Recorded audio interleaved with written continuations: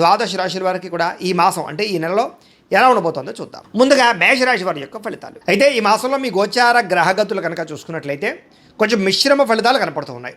ముఖ్యంగా ఏంటంటే డబ్బుల విషయంలో గతంలో దాచుకున్న డబ్బులు అవ్వచ్చు, లేదా సంపాదించిన డబ్బులు అవ్వచ్చు, ముఖ్యమైనటువంటి వస్తువులు కొనడానికి కానీ అవసరాలకు కానీ చాలా ఎక్కువగా డబ్బులు ఖర్చు పెట్టే అవకాశం ఉంది. అయితే దుబారా ఖర్చులు కానీ వేస్టేజ్ ఖర్చులు మాత్రం చేయకండి.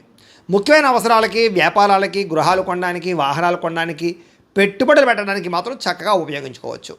అలాగే ప్రకృతిని ఆస్వాదించడం, బయట ప్రాంతాల్లో తిరగడం, కుటుంబ సభ్యులతోటి, ప్రేమించిన వాళ్ళతోటి పిక్నిక్లకు కానీ, విహారయాత్రలకు కానీ, ఉద్యానవనాలకు కానీ, పార్కులకు కానీ, లేదా సముద్రాల దగ్గరికి కానీ, కొండ చర్యల దగ్గరికి కానీ వెళ్ళే అవకాశాలు ఉన్నాయి.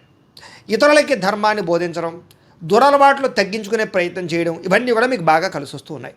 అయితే ఎవరికైతే మద్యపాన, ధూమపాన వ్యసనాలు ఉన్నాయి వీళ్ళందరూ కూడా చాలా జాగ్రత్తగా ఉండాలి. ప్రమాదాలు లేదా అనారోగ్య సమస్యల వల్ల హాస్పిటల్ పాలవడాలు ఎక్కువ ఇబ్బందులు కనపడుతున్నాయి. కాబట్టి ఖచ్చితంగా అవి మానేసుకోవడమే చాలా మంచిది.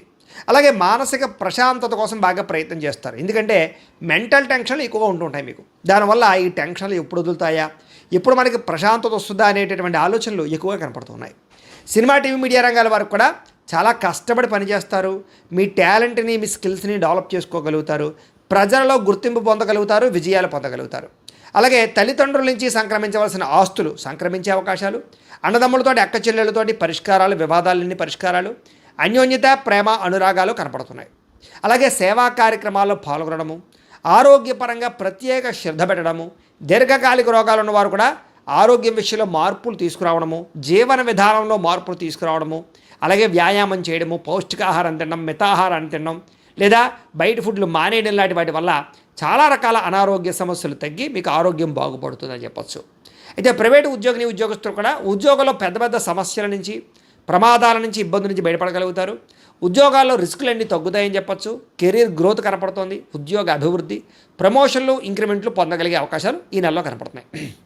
అలాగే ఎవరినైనా కలవాలనుకున్నా, ప్రేమించిన వ్యక్తులకి మీ ప్రేమ విషయం చెప్పాలనుకున్నా, ప్రపోజ్ చేద్దామనుకున్న అనుకూలతలు, అలాగే వివాహం కోసం ప్రయత్నం చేసే వారికి వివాహ యోగ్యతలు, శారీరకంగా ఎవరితోటైనా కోరిక తీర్చుకోవాలనుకున్నట్లయితే కనుక వాటికి సంబంధించినటువంటి అవకాశాలు ఈ నెలలో బాగా కనపడుతున్నాయి. అయితే వివాహేతర సంబంధాల జోలికి మాత్రం వెళ్ళకండి. ముఖ్యంగా కాలేజీ అమ్మాయిలు కొంచెం జాగ్రత్తగా ఉండండి. ప్రభుత్వ ఉద్యోగస్తులకి ఉద్యోగపరంగా పెద్ద పెద్ద సమస్యల నుంచి బయటపడమే కాదు, ఆగిపోయిన ప్రమోషన్లు ఎదురుగా వెళతాయి. అనుకున్న ప్రదేశాలకి స్థాన మార్పులు, స్థాన బదిలీలు ప్రయత్నాలు చేస్తే అనుకూలంగా కనపడుతోంది.